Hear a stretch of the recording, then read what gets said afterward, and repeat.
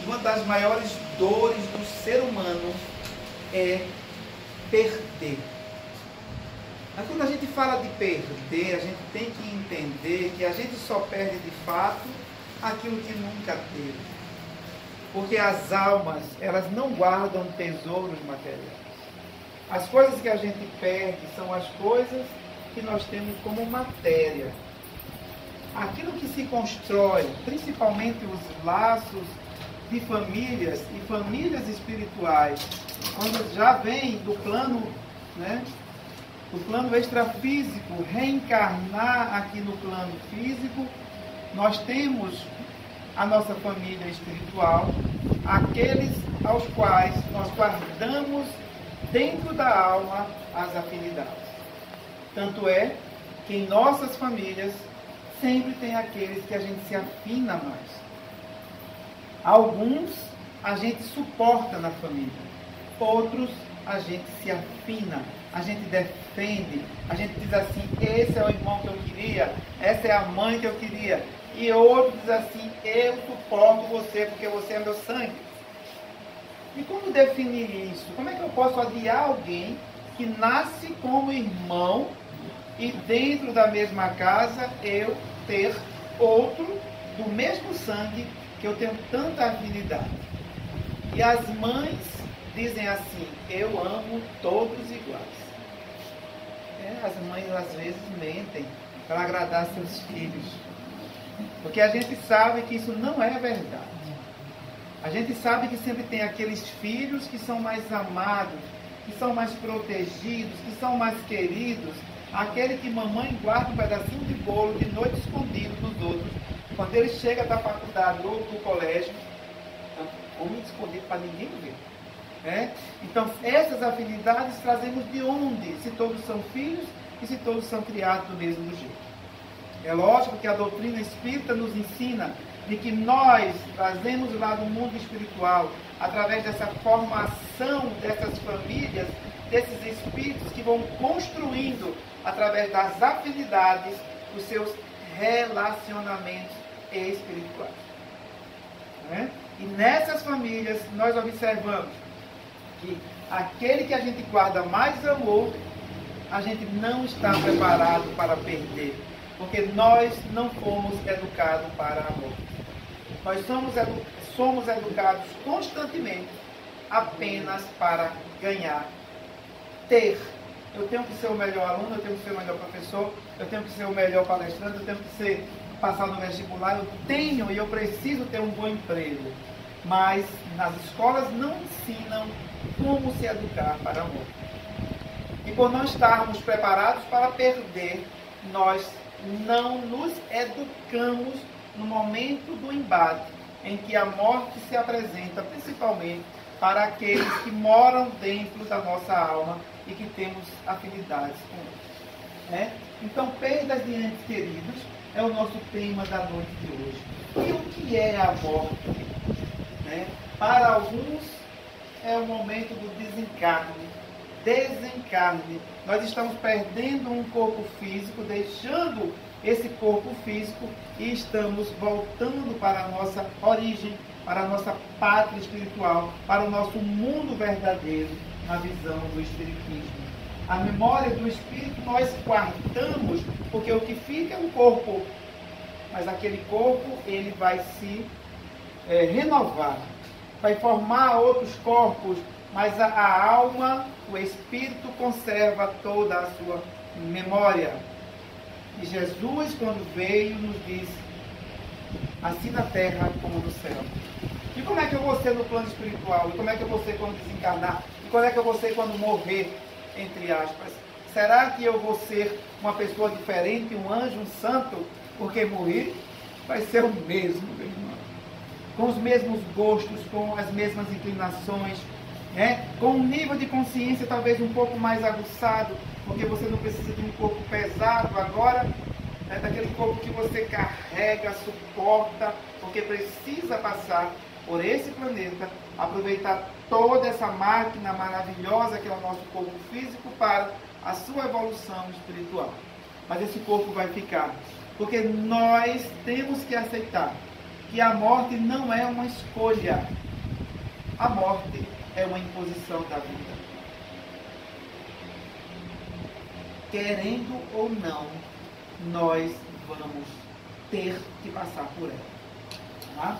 Então, para outros também, retorno à pátria espiritual, e para alguns, na visão espírita, também ainda é o reencontro, principalmente com aqueles que foram antes de nós.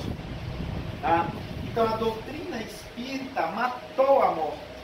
Quando ela nos traz que essa transformação necessária, que a gente passa, né, através da morte, é fundamental para o processo evolutivo do espírito, onde ele se aproveita de um corpo físico.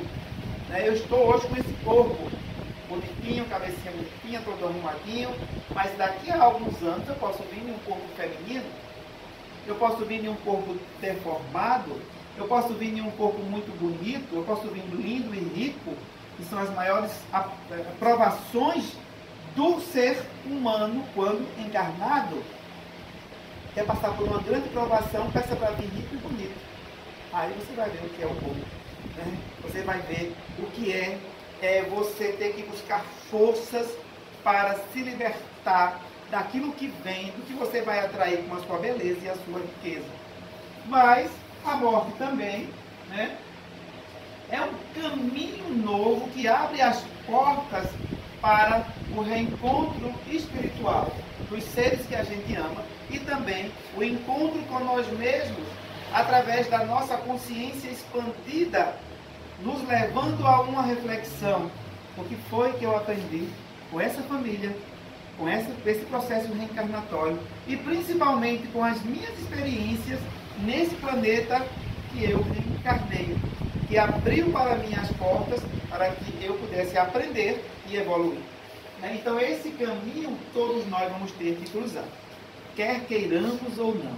Se eu perguntar aqui quem quer morrer, é lógico que ninguém vai querer, né? Porque nós temos que viver, aprender, evoluir esse processo. Por que eu não sei quando é que eu vou morrer? Muita gente, meus irmãos, queria aproveitar a vida ao máximo. Outros iriam dizer assim, eu vou morrer mesmo para que trabalhar, para que construir uma casa, para que ser melhor, para que ser um bom pai, para que juntar dinheiro. Eu vou aproveitar. Porque nós ainda somos acomodados com a vida. Né? Por isso que muitas vezes a gente vem com algumas enfermidades para não aguçar em nós aquilo que a gente já traz. Por que é que eu sofro do fígado? Porque eu comi demais na outra encarnação. Por que é que eu venho com a deformidade no coração, na perna, no braço? A gente abusa sempre que vem. Né? E no retorno, a gente, na consciência expandida, a gente vai ver o que foi que eu não fiz e preciso fazer. E volta com outro corpo, mas com a mesma personalidade espiritual, para mudar o padrão de comportamento. Né? Então, as características gerais da desencarnação, o despertar imediato ou lento, depende de cada espírito, de cada ser. O ser que está aqui ouvindo uma palestra, que estuda, que entende que a morte é um processo necessário, que busca uma religião, principalmente uma religião que nos orienta com relação ao outro lado da vida, ele vai ter mais facilidade de aceitar esse processo. Aquele que não acredita em nada, que é muito materialista, que pensa que a vida acaba com esse processo, né, só processo material, ele vai ter muita dificuldade lá no mundo espiritual e principalmente para deixar a terra. Nas reuniões mediúnicas a gente vê espíritos que dizem assim, eu estou na minha casa e não sou visto. Estou revoltado com minha família, porque ninguém me vê, ninguém me escuta. Eu falo, eu tomo banho, eu sento à mesa, eu janto, eu vou para o quarto, eu durmo com minha esposa, e ela não me vê, ela não me sente. Né? E a gente pergunta, mas você passou por algum processo de doença? Ah, passei, fui ao hospital, e eu lembro que eu saí do hospital, passei pela portaria, e eu tive algo. Quem foi que lhe deu algo? Não sei. E como foi que você passou pela portaria se você fez uma cirurgia grave de coração? Aí ele começa a entender que passou pelo processo de morte. Mas para alguém que vem assistir uma palestra, que toma um passe, que participa de uma casa espírita, que trabalha numa reunião mediúnica no passe, que tem uma noção do mundo espiritual, ele vai entender quando chegar esse momento. né? Não de imediato, porque a gente passa por um certo torpor durante a morte, é um processo natural. E depois você vai entender que aquela pessoa que já foi seu pai, sua mãe, um avô, uma avó, vai estar lá para lhe receber, a depender do seu merecimento e do seu comportamento quando encarnado. Porque também tem outras regiões que a gente pode ir, principalmente quando estamos muito apegados ainda à matéria, vamos direto para mundos ou para regiões umbralinas que estão na sintonia vibratória do espírito que desencarnou naquela condição. Mas isso aí é outro processo, tá? Então, perturbação de acordo com a evolução. Nós temos também o relance de situações de vida que se encerra, né? Esses relances são principalmente situações de vidas passadas, reencarnações passadas, e também, como disse Jesus, cada um segundo as suas obras. Nós vamos encontrar lá exatamente pessoas e situações que a gente gosta e que vivencia aqui na Terra. Não muda muita coisa, né? Como pensar nos entes queridos desencarnados? Como é que a gente pode? Eu tenho um filho, uma filha, e de repente esse filho desencarna, vai para o outro lado. Como deve ser o meu comportamento perante essa situação? Eu já contei um caso aqui, mas não custa nada repetir. Eu perdi uma filhinha com 1 ano e 4 meses. Minha única filha, né, nessa encarnação. Na outra talvez eu esteja. Eu preciso passar pela paternidade. Nessa não foi possível. E a menina nasceu, a Maria Luísa, nasceu com problema de fígado. Ela teve que passar 1 ano fazendo tratamento e não teve melhoras. E precisou fazer um transplante de fígado.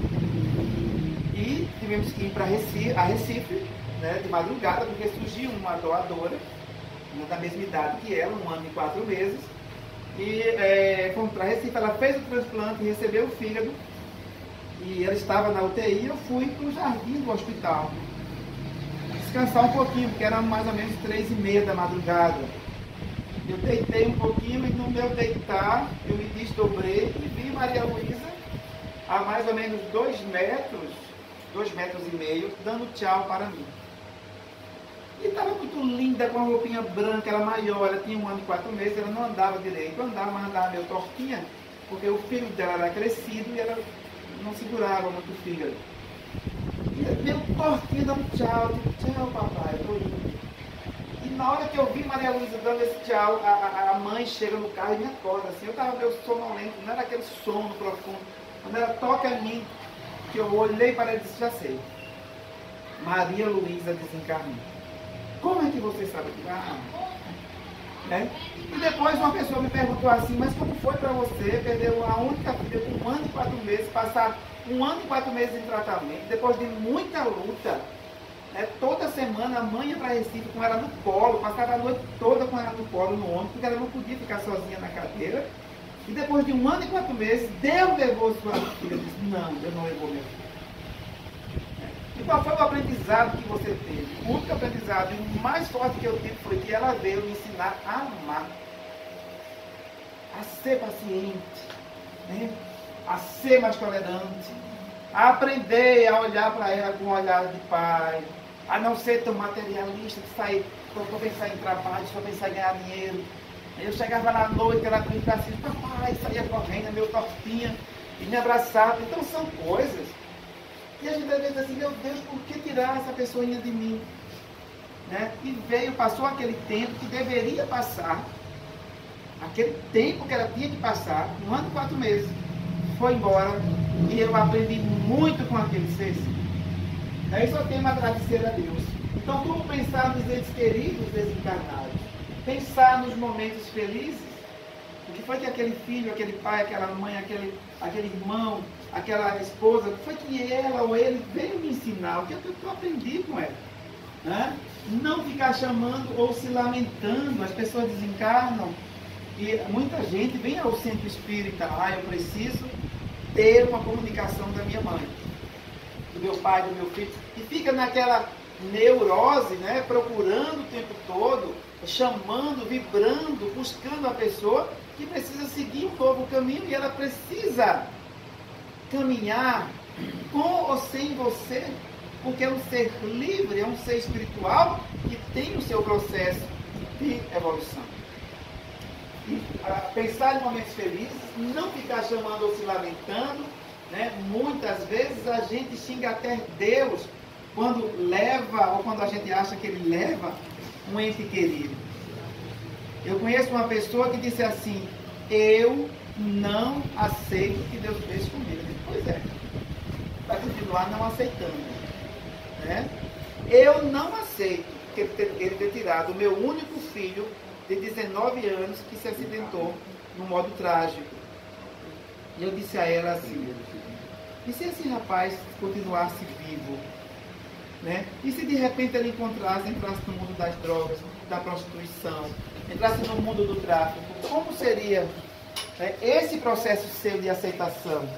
Ah, se fosse assim seria diferente. Mas meu filho era muito bom. Mas chegou um momento, então esse momento nós não temos como controlar. Eu conheço pessoas que desencarnaram em uma queda que bateu a cabeça no meio fio e morreram. Então a morte é um processo inevitável. A gente não tem que aceitar ou não, a gente tem que tentar entender, né, e aprender a se educar para ela quando ela chegar. Então, caso tenha sido mortes violentas, buscar a prece e ajuda espiritual. Porque muitas vezes na morte violenta o espírito não é socorrido de imediato.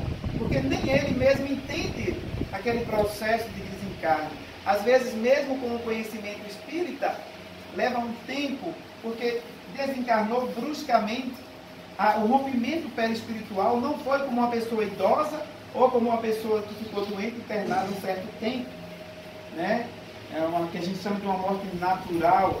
Há um desligamento do perispírito que começa pelos pés e termina no cérebro com o corte do cordão prateado, que é o cordão que liga o corpo ao espírito. Que quando a gente dorme, que viaja, que sonha, o espírito vai, mas o corpo fica. E o corpo sente a sensação do espírito. Tanto é que muitas vezes, quando a gente retorna do sono, a gente está mais cansado do que quando foi dormir. Já perceberam isso? E muitas vezes acontece isso. A gente vai dormir bem e sonha, e vai para lugares assim, aqueles lugares, meu Deus, que lugar pesado. Mas é um lugar que nós estamos em afinidade. E Freud dizia que o sonho é o desejo da alma. Às vezes não fazemos aqui encarnado, não temos coragem, e no sonho a gente vai, se delicia, né, com os prazeres da alma. E vem cansado, porque essas impressões lá são passadas para o corpo físico através desse cordão prateado. Então, buscar ajuda espiritual numa casa espírita, na sua religião, não importa a sua religião. O que importa é se você está bem nela, se você está feliz, está sendo produtivo nela. Né? Buscar entender esse processo confiando em Deus, que tudo sabe, né? Que tudo faz para o nosso crescimento. Então a fé na continuidade da vida faz as pessoas sofrerem menos? É uma pergunta que eu faço a vocês. Vocês acreditam que a fé, quando eu tenho fé, eu sofro menos com as perdas? Com certeza. Porque a fé, ela gera a esperança.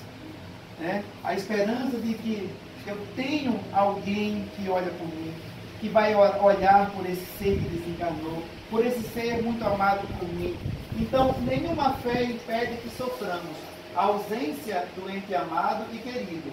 Mas é importante a resignação. Então, fé com resignação vai nos ajudar a entender esse processo. Uma senhora, uma vez, falando comigo, ela e o esposo. O esposo foi casado com ela há 52 anos. E um dia chegou a hora dele partir. E ela me perguntou assim, por que eu nunca sonhei com meu esposo? Tem 6 anos que ele desencarnou. E eu nunca sonhei. Eu vim aqui no centro espírita, peço informação, coloco o nome dele na reunião mediúnica, mas a única mensagem que vem é: tenha fé, tenha esperança, eu estou bem, estou caminhando, estou na colônia espiritual tal, disse o nome tudo direitinho. Ele disse, mas eu quero sentir, eu quero sonhar, eu quero ver. Em outra conversa, ela disse assim: eu não aceito a morte dele. Né? E ainda estou aqui, ó, com a aliança no meu dedo, mostrou a aliança.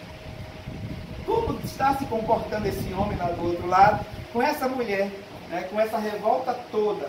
Ela se considera casada com ele, mesmo ele morto. Não admite tirar essa aliança. Meus filhos já disseram: mamãe, não tiro, porque eu não aceito isso que Deus fez. É uma pessoa que vai adoecer rapidamente. Porque a pessoa que vai de encontro àquilo que Deus faz, está medindo com Deus forças. E medir forças com o Todo-Poderoso, aí é muita arrogância para nós. Né? Então, a fé ajuda-nos a sofrer com coragem e resignação. Fé em Deus, fé no mundo espiritual, fé de que nada se acaba com a morte. Porque se assim o fosse, como seriam os honestos e os desonestos? Aquele que luta, que trabalha, aquele que progride, aquele que cria seu filho, que educa, aquele que se doa para ter um mundo melhor, vai para o mundo espiritual. Como seria sem esse processo? Aí aquele que rouba, que mata, que faz... Chega lá, acabou tudo. Onde estaria a justiça divina? Se assim o fosse. Né? Precisamos pensar. Nós somos seres inteligentes e a gente tem que ver essas questões que não são filosóficas.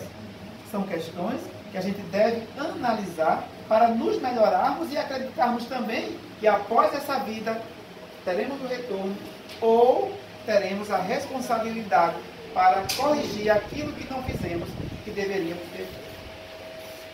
Então, muitas pessoas não acreditam na continuidade da vida. Vocês acreditam que todo mundo tem essa fé de que lá do outro lado a gente vai dar continuidade? É lógico que não. Né? Muita gente vive como se não houvesse um mundo espiritual. Trabalhando demais, né? Comendo demais, se envolvendo demais com as coisas da terra. A gente não se prepara. Muitas vezes aqui no centro espírita tem as... Aqui nós temos o que, Pedro? Passes... Tem sopa não, né? Ainda sopa não. Nós temos o reiki, nós temos aí a reunião mediúnica, a assistência espiritual. Assim, mas eu não tenho tempo para trabalhar na casa espírita. E a gente percebe muitas vezes as pessoas se matando no mundo virtual, né? Poluindo sua mente com 2, 3 horas, né, Santinho? Apenas para olhar Facebook, Instagram. E a gente ainda faz isso. Né? A vida dos outros, a nossa, poluindo o nosso tempo com muitas coisas que não têm qualidade espiritual. E quando fala, vamos trabalhar na casa, vamos trabalhar na religião, não tem o quê. Aí a gente não sabe viver e, consequentemente, não vai saber morrer. Porque é uma consequência. Tá? Então, falta de perspectiva de futuro, medo do que irão encontrar do outro lado. Isso também acontece. É que eu vou encontrar lá. Você vai encontrar exatamente aquilo que você plantou aqui. Que nós plantamos aqui. Né? E nós não precisamos nos culpar. Meu Deus, eu vou ter um medo da morte porque lá vou encontrar o demônio, vou encontrar... Não existe nada disso. Isso algumas religiões criaram no século VI, principalmente o catolicismo, para assustar os seus fiéis. Criaram aquela figura do demônio, o ponta com pés aquele bicho assustador. Não é assim. Esses bichos, né, que foram feitos e criados pelo catolicismo para assustar os seus fiéis, para prender os seus fiéis, isso perturba algumas pessoas. Mas lá no mundo espiritual, vamos encontrar pessoas como nós estamos aqui. Do mesmo jeito. Se eu vivo em um mundo perturbado, lá eu vou encontrar pessoas perturbadas. Se eu vivo em um mundo que eu estou tentando me melhorar, lá vai ter casa de apoio, lá tem casa de oração, lá tem centro espírita, lá você vai encontrar as pessoas que você acha que perdeu, e a gente só perde aquele que nunca teve, né? A gente tem afinidade espiritual, a gente vai encontrar do mesmo jeito. A gente encontra em sonho, a gente encontra em pensamento. Quantas vezes você passa, tive a impressão de que fulano de tal estava aqui comigo. Está. Né? Temos que trabalhar essa questão da nossa fé. Então, desconhecimento da doutrina espírita e da vida espiritual. Faltou aí o alto. Da vida espiritual, a gente tem esse desconhecimento que a gente não se aprofunda. Tá? E quando a doutrina vem em 1857, com Allan Kardec, quando ele traz o livro dos Espíritos, né, ele nos desvenda o outro lado da vida e diz que nós somos seres em processo evolutivo, que evoluímos aqui e evoluímos lá.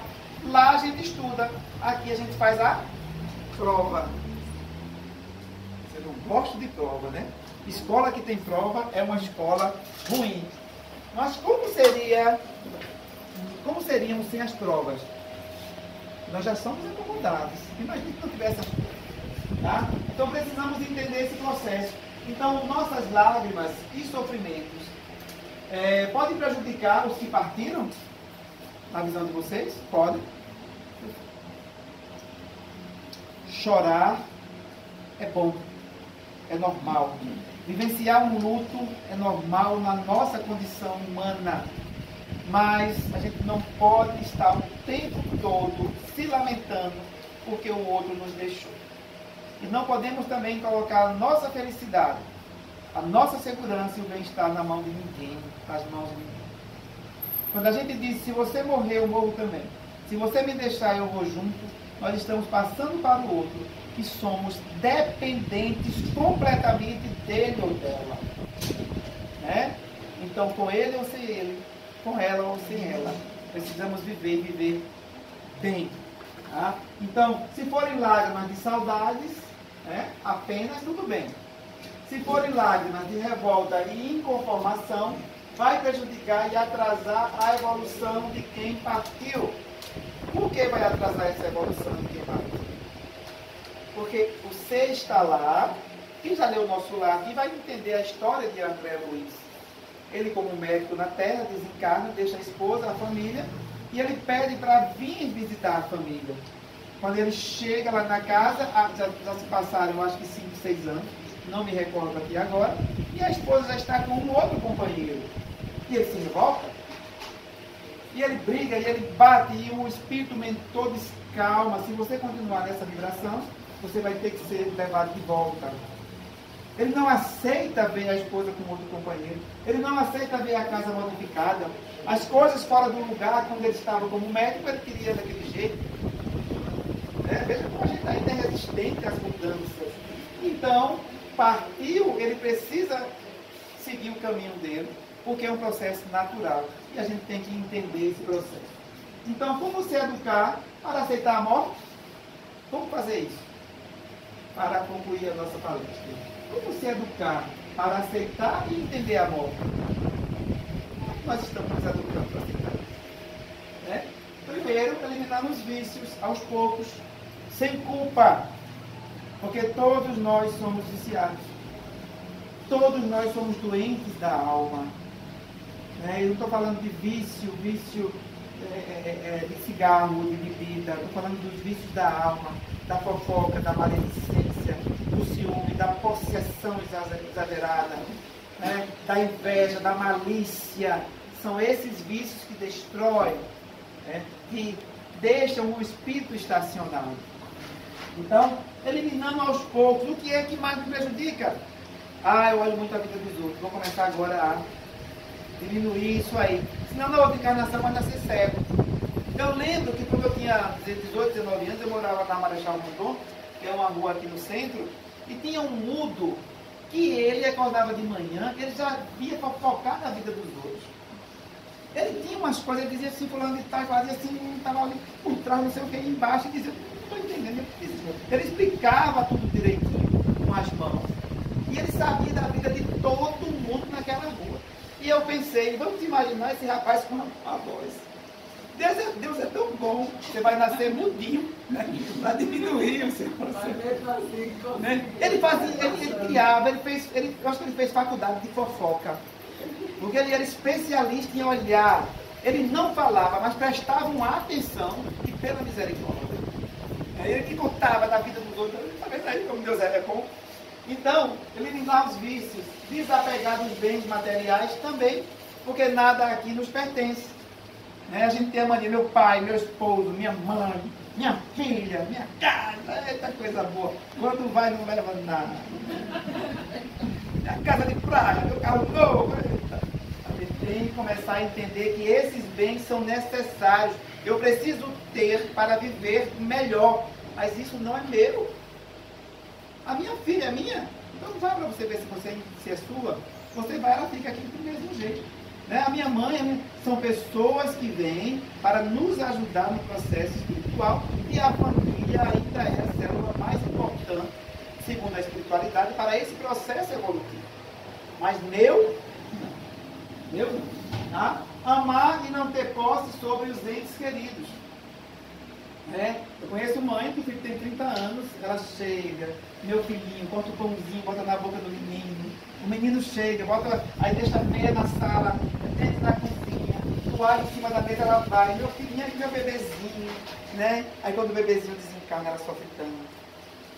Eu não vi o menino crescer, aí sofre, morre junto com aquela criança.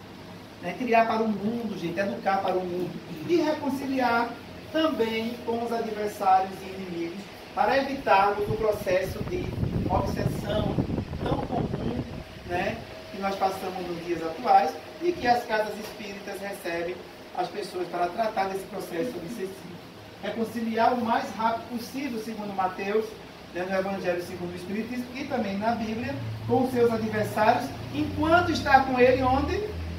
No caminho, ou seja, aqui, ó, olhando para ele. Nem encarnado, porque depois que passa para lá, você vai continuar sendo o quê? Inimigo daquela pessoa. Então tem que perdoar. Que estava conversando com uma pessoa e falou assim: Marcelo, eu cometi um erro tão grave, briguei com meu filho, com meu marido, conta de uma besteira. Chegue à noite, olhe no olho do seu marido, no olho do seu filho e peça desculpas. Eu não posso. Por que você não pode? Porque eu não tenho coragem. Você teve coragem para brigar, para acabar com seu marido e com o filho, não tem coragem de pedir desculpas. Eu acho demais para mim. Então você vai sofrer um pouquinho com isso. O egoísmo, né, está muito... Então, que sentimentos predomina na hora da morte? A dúvida para os céticos, que são descrentes de tudo, o medo para os culpados e a esperança para os homens de bem. O maior anseio de quem perdeu um ente querido é obter uma mensagem. As pessoas buscam isso na casa espírita. Então, devem procurar um médium? Não devem procurar. Tá? Se você vai fazer um tratamento e a mensagem vem, tranquilo. Mas tem gente que busca muito, porque eu preciso de uma mensagem. Eu preciso, Pedro, que venha, ele venha me dizer como está. São pessoas muito controladoras, muitas vezes. A minha dor é muito forte e só vai ser aliviada se ele vir mandar uma carta dizendo como está, onde está, quem está cuidando e o que é que ele come lá no mundo espiritual. Né?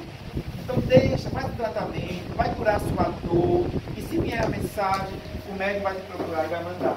Tá? Deve aguardar que isso aconteça naturalmente? Sim, com certeza. E também, como diz Jesus, eu já falei, assim na terra como no céu, seu filho vai ser lá o que ele foi aqui, do mesmo jeito. Só que um pouquinho mais, vamos dizer assim, livre das mazelas físicas. Então, aqueles que partem e conservam a nossa lembrança, é uma pergunta. Conserva a nossa lembrança? Conserva do mesmo jeito. Amava meu pai, lá vai continuar amando. Odiava meu pai, a gente brigava tanto, lá vai continuar com o mesmo modo. Né? A visão dele vai ser mais ampla, ele vai tentar rever isso aí, forma de novo uma família e vem com o mesmo processo. Tá? Então, anseiam pela possibilidade de nos visitar e nos auxiliar nas dificuldades. Caso permaneçam em nossos lares, podem nos obsediar inconscientemente. Muitos não percebem que estão desencarnados. Então, muitas vezes, a gente chama tanto essas pessoas que eles permanecem no lar. Está ali, né, com energia diferente. E a gente diz assim: agora eu estou sentindo uma coisa estranha. É uma coisa que está me angustiando, porque a energia daquele ser não é a mesma que a nossa. Ele não está mais com o corpo. E a gente fica chamando através do pensamento. Certo? Eu conheço uma senhora que ela ficou viúva, e ela dizia: eu durmo com meu marido todo dia. Como assim? O que mais que é assim que você faz? Eu sinto a cama afundar. Na hora que ele chega meia-noite, eu me preparo tudo. Né? Na hora que ele chega, eu sinto, até o perfume que ele usava, eu sinto. E digo: e é? Ela diz: eu não aceito a morte. E vejam, né, o nível de posse dessa criatura. O sofrimento, ela vai passar a vida toda sofrendo por não aceitar um simples fato natural da vida. Tá? E para concluir, meus irmãos, é importante que a gente entenda que, acima de tudo, existe um Deus, que a gente chama de Pai. E que Jesus, nosso Mestre, disse: eu e meu Pai somos um. E eles estão o tempo todo nos auxiliando, nos acolhendo. Uma certa feita, uma senhora reencarnou, pediu no plano espiritual que viesse, para concluir, para cá, para o mundo material, com um homem alcoólatra, um esposo problemático, aquele esposo que ia passar 25 anos encarnados e que ele ia dar muito trabalho. Faz o plano espiritual, quero ter 2 filhos, quero ter um tal, e reencarna na Terra. 25 anos de sofrimento, ele vivia, batia, chegava em casa de madrugada, era grosso, e ela suportando, ela ali na luta, e um certo dia ele parte devido à bebida, né, de tanto beber.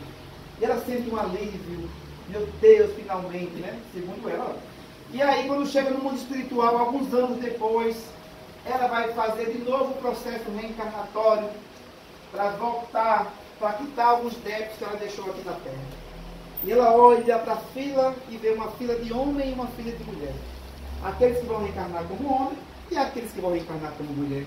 E ela olha para a fila, meu Deus, que fila grande de homem. E o mentor do lado: minha irmã, você vai reencarnar com um desses aí.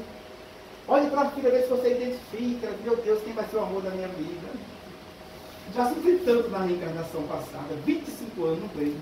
Deixa eu ver quem vai ser, e olha. E lá no final da fila ela vê um homem baixinho, né? Ali veio que se escondendo para olhar para ela. Eu não acredito. Você de novo? E o Espírito Mentor disse: ele de novo, minha irmã. Mas como? Eu não posso aceitar. Ele de novo vai ser seu esposo. Dessa vez 40 anos, minha irmã. Meu Deus, por que isso acontece comigo? Porque, minha irmã, você aprendeu apenas a suportar. Agora você vai ter que aprender a amar. E essa é a lei de Deus, aprender a amar. Muito obrigado.